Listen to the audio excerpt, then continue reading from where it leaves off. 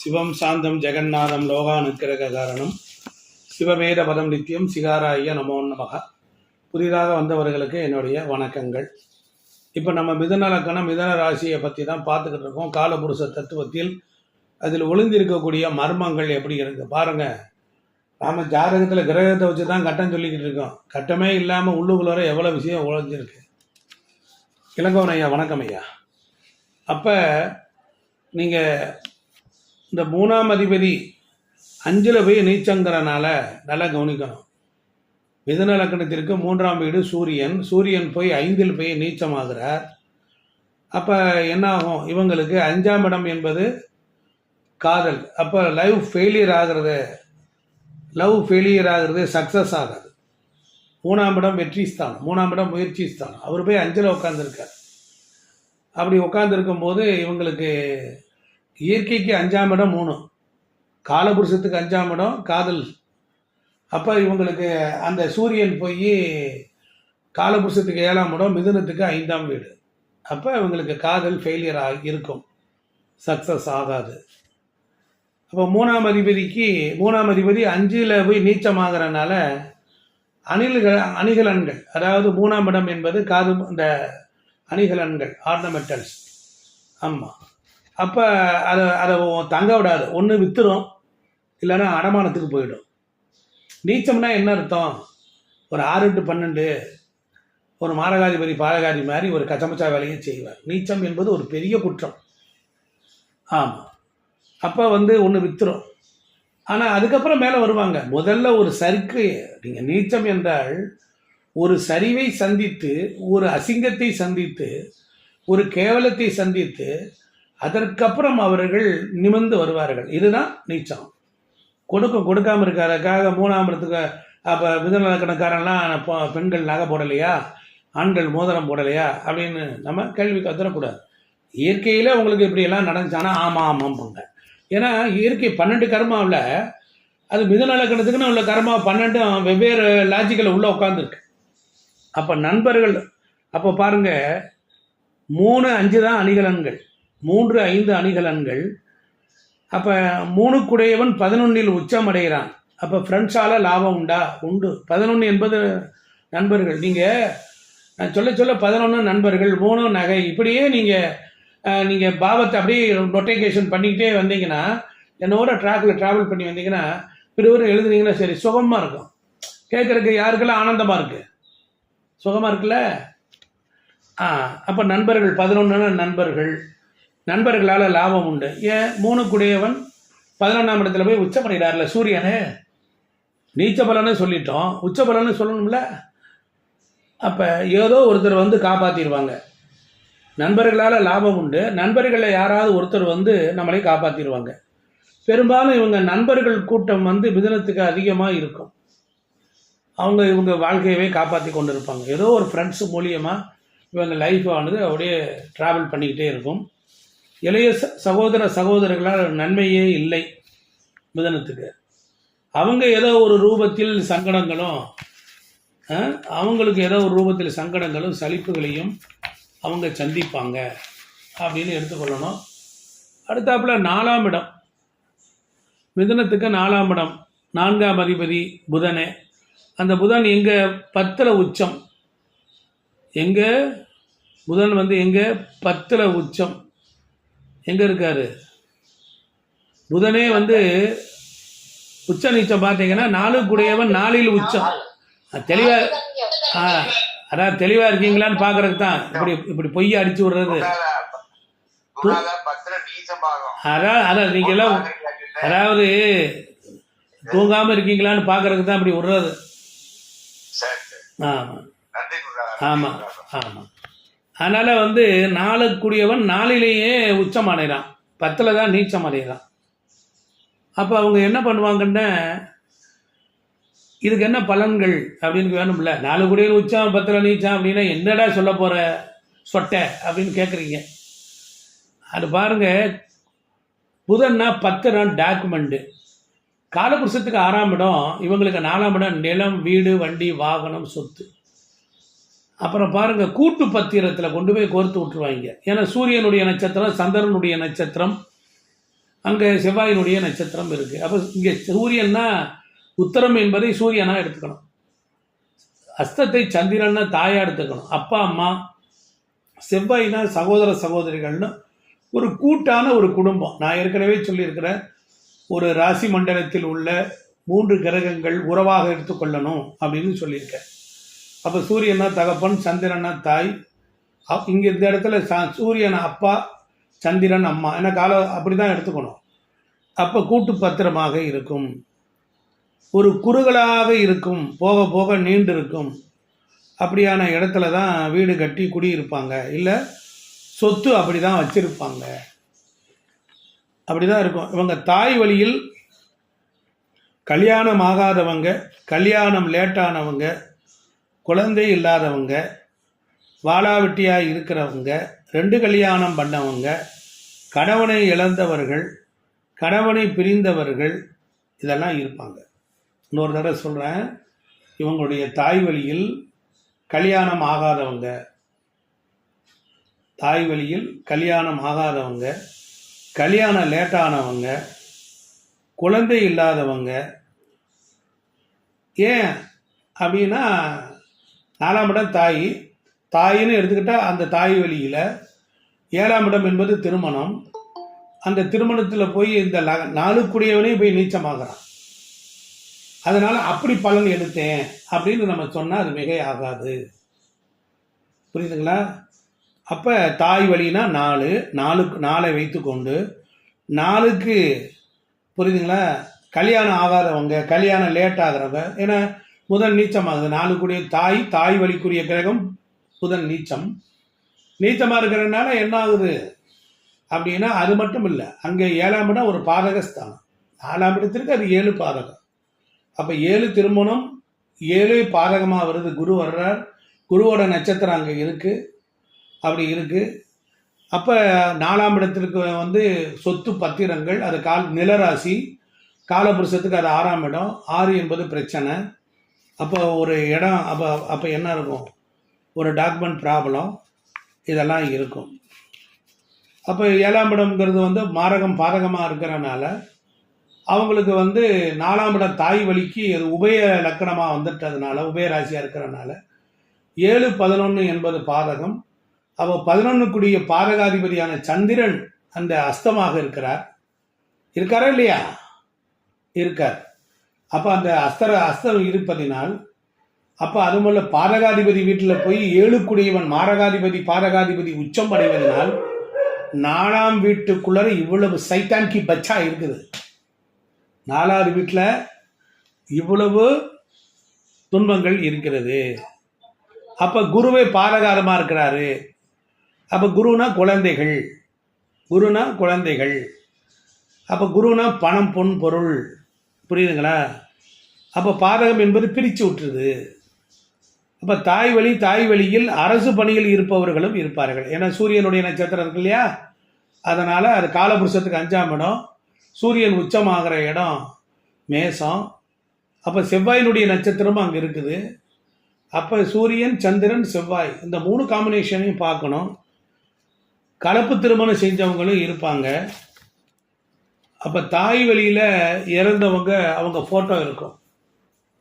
அப்போ மிதுன லக்கணத்தில் பாருங்கள், இறந்தவங்க ஃபோட்டோ, அவங்க சித்தர்கள் ஜீவ சமாதி ஃபோட்டோவை இருக்கும். புரியுதுங்களா? இது இல்லாமல் அவங்களால ஒரு வாழ்க்கையை நகர்த்த முடியாது. அது மட்டும் இல்லை, 4, 10 தொடர்பு. 4ங்கிறது சொத்து, 10ங்கிறது கர்மா. இவங்க என்னைக்கு வீடு கட்ட ஆரம்பிக்கிறாங்களோ அன்னைக்கு யாராவது ரொம்ப நெருங்கிய உறவுகளில் இறந்துருவாங்க. மிதுனத்திற்கு 4ஆம் இடத்துக்குரியவர், அது 10 தொடர்பு இருக்குது. ஏன்னா இது உச்சம், அது நீச்சம். அப்போ அதை கணக்கில் எடுக்கணும். ஒரு கிரகம் உயர்வையும் சொல்லுது, ஒரு கிரகம் நீச்சத்தன்மையையும் சொல்லுது. அதெல்லாம் நமக்கு வாழ்க்கையில் கொடுக்கக்கூடிய ஒரு கர்மா. அப்போ சொத்து வாங்கினாலும், சொத்து வீடு கட்ட ஆரம்பித்தாலும் ஒரு கர்மம் நடக்க, யாராவது இறந்து போகலாம். இல்லை என்றால், ஏன்னா செவ்வாய்னா கர்மகாரகன் அங்கே இருக்கார். மிதுனத்துக்கு 6க்குடைய செவ்வாய் 4இல் இருக்கிறார். காலபுருஷத்துக்கு 6ஆம் இடத்துக்குரியவர். அப்போ இவங்க லக்கணத்திற்கு 6க்குடையவர், காலபுருஷத்திற்கு 8க்குடையவன், இவங்களுக்கு 4ஆம் இடம். அப்போ 4, 6, 8. அப்போ இந்த காம்பினேஷனை நம்ம எடுத்துக்கொள்ளணும். அப்போ வீடு கட்டி ஒரு கடன் பிரச்சனைலாம் இருக்கும். கடனோடு தான் அவங்க வாழவே முடியும். ஏன்னா காலபுருஷத்துக்கு 6ஆம் இடம், வீடு தான் சுகஸ்தானம், 4ஆம் இடம் சுகஸ்தானம். சுகத்தில் ஒரு பிரச்சனை இருக்கும். அதுபோல தான் இருக்கும். வட்டி கட்டுறேன்பாங்க. 6, 8 தொடர்பு வந்தால் வட்டி கட்டுதல், அப்புறம் பணப்பற்றாக்குறையோடு வாழ்றதல், இதெல்லாம் சேமித்து வைக்கவே முடியாமல் போராடுவாங்க. இவங்களால பணத்தை மிச்சம் பண்ணவே முடியாது. ஏன்னா 2க்குடையவன் யார்? 2க்குடைய சுக்கிரன் லக்னத்திலே நீச்சமாகறான். எங்கள் லக்னத்துக்கு வீட்டில் 4ஆம் இட வீடு, மிதுன லக்னத்திற்கு 5ஆம் இடம். மிதுன லக்னத்துக்கு 2க்குடையவன் போய் 6ஆம் இடத்துல நீச்சமாகறான். அப்போ 2, 6 இதெல்லாம் பொருள் ஸ்தானம். அவர் போய் 6ல் நீச்சமாகிறார். மிதுன லக்னத்துக்கு 2ஆம் இடம் சந்திரன், அவர் 6ல் நீச்சமாகிறார். நல்லா கவனிச்சுக்கணும். ஏன் நீச்சமாகிறாரு? சரி, நீச்சத்திலேருந்து எங்கே பார்ப்பாரு? உச்சவிட்ட பார்ப்பார். அப்போ மிதுன லக்னத்திற்கு சந்திரன் எங்கே உச்சமடைவான்? 12ல் உச்சமடைகிறான். அப்போ விரயஸ்தானத்தில். 12 என்பது விரயஸ்தானம். காலபுருஷத்துக்கு 2, இவங்களுக்கு 12. அப்போ வருமானத்தை கொடுத்து அது விரயங்கள் வந்துடும். இப்படியெல்லாம் ஒரு கணக்கு. அது மட்டும் இல்லை, பணத்தோட மதிப்பு இவங்களுக்கு தெரியாது. பணத்தை செலவழிப்பாங்க, வச்சு பிழைக்க மாட்டாங்க. அல்லது கணவனுக்கோ மனைவிக்கோ திருப்தி இல்லாத வாழ்க்கை தான் இருக்குது. ஏன்னா 2க்குடையவன் 12ல் போய் உச்சமடைகிறான். 2ஆம் இடத்திற்கு கடகத்திற்கு அந்த குடும்ப ஸ்தானாதிபதி அவர் போய் 11ஆம் இடத்துல என்ன ஆகுது? அந்த 2ஆம் இடத்துக்கு 11 தான் பாதகம். கடகத்துக்கு பாதகம் எது? ரிஷபம். நல்லா கவனிச்சுக்கணும். ஆமாம். அப்போ பாருங்க, ஏதோ ஒரு கசப்பை கொடுக்காம இருக்காது. ஏன்னா 7க்குடையவனே பாதகாதிபதி. அப்போ ஹாப்பியாக இருக்க மாட்டாங்க. ஒரு கசப்பையும் ஒரு ட்ரபிளையும் ஒரு பிரச்சனையும் அவங்க சந்தித்து கொண்டே இருப்பாங்க. அடுத்து 5ஆம் அதிபதினு வச்சுக்கோங்க. 5க்கும் 12க்கும் உடைய பூர்வீகம் இவங்களுக்கு அவுட்டு. அப்போ ஒரு குழந்தை பிறந்து இறக்கிறது. ஏன் குழந்தை பிறந்து இறக்கிறது? 5ஆம் இடத்துக்கும் 12ஆம் இடத்துக்கும் ஒரே கிரகம் சுக்கிரன்.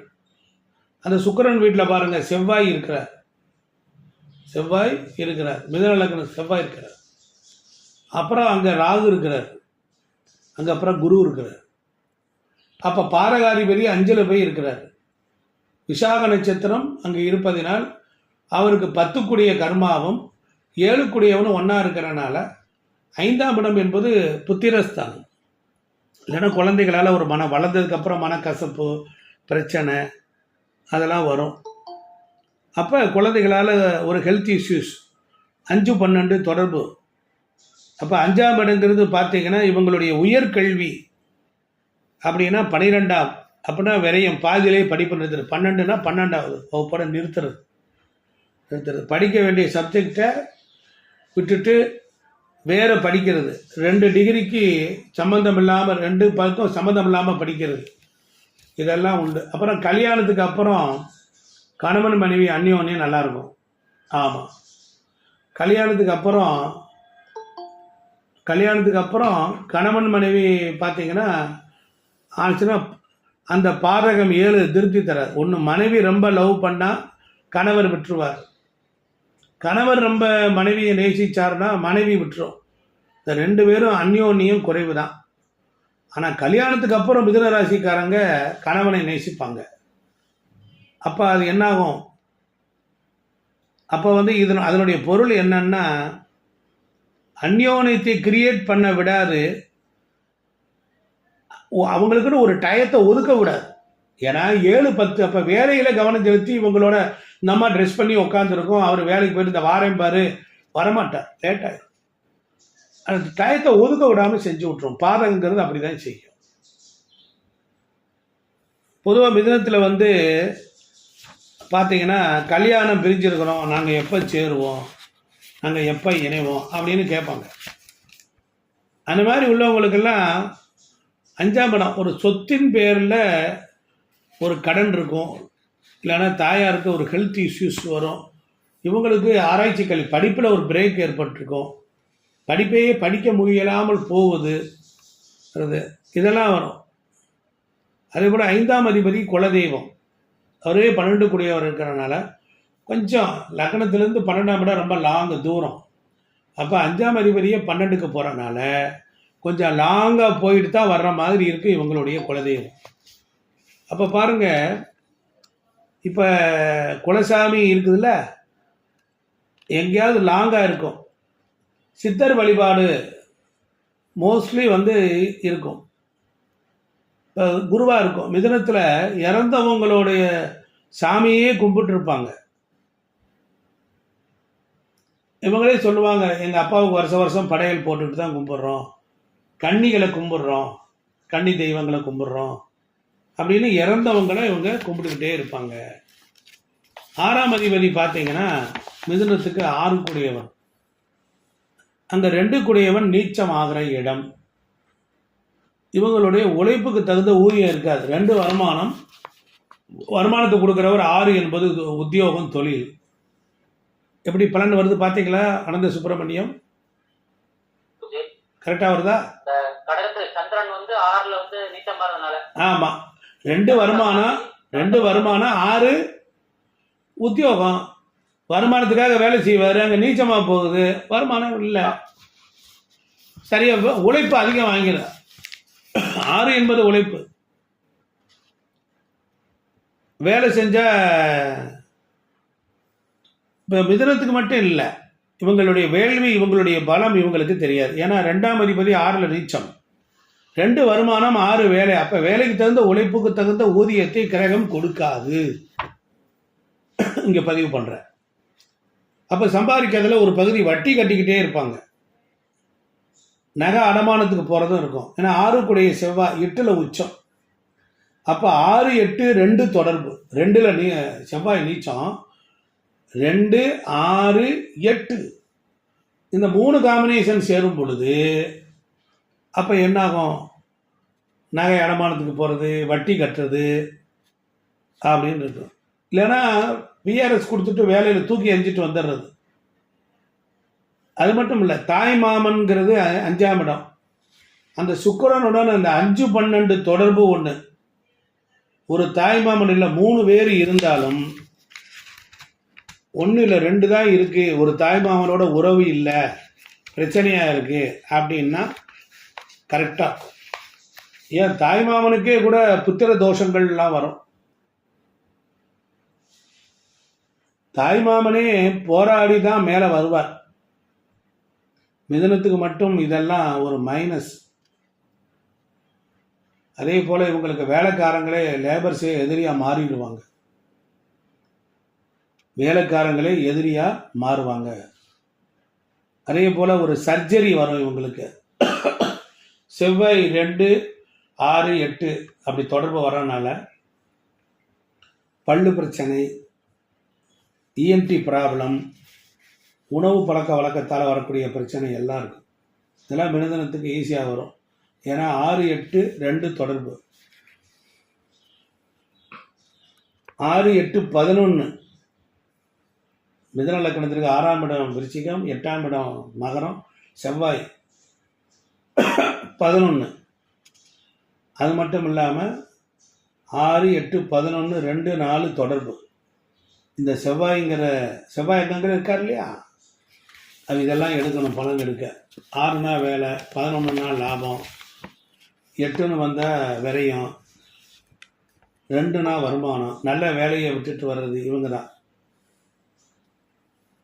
எப்படி நல்ல வேலையை விட்டுட்டு ஃபீல் பண்ணுவாங்க, ஐயோ நம்ம இப்படி தப்பு பண்ணிட்டோமே, அவசரப்பட்டு. செவ்வாய்னா முடிவெடுத்தல், அவசரப்பட்டு முடிவு பண்ணிட்டோமே அப்படின்னு தப்பு பண்ணுவாங்க, இவங்க கவலைப்படுவாங்க. அதனால இவங்க அதாவது மிதுன லக்னத்திற்கு 2ஆம் இடத்துல செவ்வாய் நீச்சம், 2 கூடியவன் 6ல் நீச்சம், 6 கூடிய செவ்வாய் 8க்கு போயிட்டான். அந்த செவ்வாய் 4ஆம் இடத்துல இருக்கிறான், 5ஆம் இடத்துல இருக்கிறான். அப்போ உச்சமாகும் போது 8ல் ஆகும்போது 8க்கு இவ்வளவு வலி வேதனைகள்லாம் நெருக்கடிகள்லாம் வந்துடும். செவ்வாய்னா வேகம், அவசரம், மூல பலம் கம்மியாக இருக்கும். ஸோ நம்ம இதெல்லாம் மிக்ஸ் பண்ணி பலன் சொல்லணும். அப்போ பாருங்கள், 7ஆம் அதிபதி 10ஆம் அதிபதி ஆகிறார். 7 10க்கும் அதிபதி குரு பகவான். அப்போ 7 வந்தது மாரகஸ்தானம், பாரகஸ்தானம். அப்போ பார்ட்னர் போட்டு தொழில் பண்ணுறது, அதனால் ஒரு வில்லங்கத்தை சம்பாதிப்பாங்க. மனைவியின் பேரில் தொழில் பண்ணுறது, வில்லங்கத்தை சம்பாதிக்கிறது. மேக்சிமம் இவங்க வேலைக்கு போகிறது தான் நல்லது. சுய தொழில் பண்ணாங்கன்னா போராடுவாங்க. அதே மாதிரி இவங்களுக்கு வெளிநாட்டு பயணம் பண்ணுவதற்கு விரும்புவாங்க. வெளிநாட்டில் போய் வேலை செய்ய, ஏன்னா 2ஆம் இடம் வருமானமே சந்திரன். சந்திரனுடைய சந்திரன் வந்து 2 கூடியவன் போய் உச்சமாகிற இடம் 12. அப்போ உயர்வான பலனை தருவதற்கு உச்சங்கிறது நல்லா கவனிக்குங்க, எழுதிக்குங்க. உச்சம் என்பது ஒருவருக்கு ஒரு கிரகம் உச்சம் அடைந்தால் அவன் வெளியூரில் போய் தான். ஏன்னா உச்சங்கிறது யாரு கவனிங்க, முகத்தை பாருங்க. ஒரு ரகசியத்தை சொல்லலான்னு இருக்கேன், ஒருத்தர் கவனிக்கலன்னா என்ன அர்த்தம்? 2ஆம் ஒரு கிரகம் உச்சம். இப்போ உதாரணத்திற்கு சந்திரன் வந்து மிதுன லக்னத்துக்கு 2ல் உச்சம். உச்சமாகிற கிரகம் எங்கே போய் உச்சமாகும்? அடுத்த வீட்டில் தானே உச்சமாகும். அப்போ உள்ளூர்லேயே உச்சமாகுது, வெளியில் தான் ஆகுது. அப்போ உச்சமடைந்த ஒருவர் வெளி ஊரில் போய் தங்கி வாழ்ந்தால் சிறப்பு. ஆட்சி பெற்ற கிரகம் எது? ஆட்சி. உள்ளூரிலே ஆட்சி. உள்ளூரில் ஆட்சி பெற்ற கிரகங்கள் இருந்தால் உள்ளூரிலே அவர்கள் சிறப்பாக இருப்பார்கள். அப்போ உச்சம் என்பது எந்த கிரகமும் சொந்த வீட்டில் உச்சம் அடையுதா? புதன் ஒருவனை தவிர. புதன் தானே அவன் சொந்த வீட்டில் ஆகலைனா. மற்ற கிரகங்கள்லாம் வெளியே வேறு வீட்டில் தானே உச்சம் அடையுது. செவ்வாய் சனி வீட்டில், குரு சந்திரன் வீட்டில், சந்திரன் சுக்கிரன் வீட்டில், சுக்கிரன் எங்கே உச்சம் அடைகிறான்? குரு வீட்டில், குரு சந்திரன் வீட்டில். இப்படியே எல்லாரும் மாறி மாறி தான் வீடு உச்சம் அடையுது. அப்போ இது வந்து என்ன தெரிஞ்சுக்கணும்னா, வாழ்க்கையில் ஜோதிடத்தில் உச்சமடைந்த கிரகம் இருக்க வெளியூருக்கு வெளிநாட்டுக்கு அனுப்பிடு. மிதுன லக்னத்துக்கு 2 கூடியவன் 12. 2ஆம் இடங்கிறது வருமானம். 12 என்பது வெகுதொலை போனால் சூப்பராக இருப்பான். புரியுதுங்களா? அப்போ வெளிநாட்டு வருமானம் நல்லது.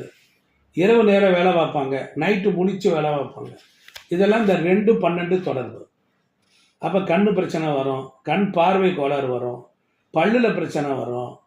அது இல்லாமல் இவங்களால் வாழ முடியாது. மிதுன லக்னம் மிதுன ராசிக்கு இதெல்லாம் உண்டு. இப்போ 7 கூடியவன் 8ல் போய் நீச்சமாகறான். அப்போ என்ன ஆகும்? அப்போ ஹெல்த் இஷ்யூஸ் இருக்கும். ஒன்று கணவருக்கு, ஆணாக இருந்தால் பெண்ணு, பெண்ணாக இருந்தால் கணவர். அப்போ இவருக்கு ஹெல்த் இஷ்யூஸ் வரும். மனைவிக்கு ஏதோ ஒரு நோய் வந்து உட்காந்துருக்கும், தொடர்ந்து வைத்தியம் பார்த்துக்கிட்டே இருக்கிறது. ஒன்று போனால் ஒன்று இவளுக்கு வந்துக்கிட்டே கிடக்கு அப்படின்னு ஆம்பளை புலம்புவான். இது 7 8 தொடர்பு. அதே போல் 8ஆம் அதிபதி சனி, 9 கூடியவன் சனி, அவன் போய் 5ல் போய் உச்சமாகறான். 5ல் போய் உச்சமாகறான், 11ல் நீச்சமாகறான். அப்போ இவங்க அப்பா வந்து அதிர்ஷ்டமே இருக்காது, உழைச்சிக்கிட்டே இருப்பார், ஓடிக்கிட்டே இருப்பார், போராட வச்சிடும். சில நேரங்களில் போராடாத 8க்கும் 9க்கும் உடையோர் அவங்க அப்பாவுக்கு சர்ஜரி, விபத்து, எலும்பு ஃப்ராக்சர், அதுக்கப்புறம் வட்டி கட்டுறது, அவங்களுக்கு தோல் சம்மந்தப்பட்ட நோய் தொந்தரவு, கடன் நெருக்கடி, இதெல்லாம் வந்திருக்கும். பிரச்சனையோடு தான் அவர் வாழ்ந்துக்கிட்டே இருப்பார். அப்போ 9 கூடியவனே 8 கூடியவன் ஆகிறனால அந்த ப்ரமோஷனில் ஒரு தடை ஏற்படும். அப்போ உயர்வு கிடைக்கிறது என்பது கஷ்டமாக இருக்கும். மிதுன லக்னத்திற்கு 9 என்பது உயர்வு. அவனை 8 கூடியவன் ஆகிறான். அப்போ என்ன, 10 கூடியவன் அங்கே 8ல் போய் நீச்சமாயிட்டான். 10 என்பது உச்சி ஸ்தானம். அப்போ அவனை உயர்வடைய விடையாமல் இது 8 9ங்கிற சனி 8ஆம் இடத்துல இருப்பதனால் காலபுருஷத்துக்கு அது 10ஆம் இடம் கர்மஸ்தானம். அந்த கர்மாவில் இவர் சுழண்டு வச்சுக்கிட்டே இருக்கும்.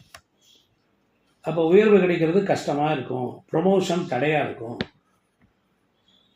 நல்ல நேரத்தில் எதையும் செய்ய விடாது. ஒரு கல்யாண பத்திரிக்கை அடிப்பாங்க, ஒரு மண்டபம் பார்ப்பாங்க, அது மாறிடும். இல்லை ஒரு டேட்டை குறிப்பாங்க, மாறிடும். ஒரு நல்ல நேரம் பார்த்து கிளம்பலாம்னு நினைப்பாங்க, அந்த நல்ல நேரமெல்லாம் முடிஞ்சதுக்கு அப்புறம் தான் இவங்களே கிளம்புவாங்க. இதெல்லாம் மிதுனத்துக்கு நடக்கும். எல்லாம் யோசிச்சு பாருங்கள். யாராவது மிதுன லக்னத்தில் இருக்கீங்களா அப்படின்னு யோசிச்சிங்கன்னா இதெல்லாம் அக்யூரேட்டாக இருக்கும்.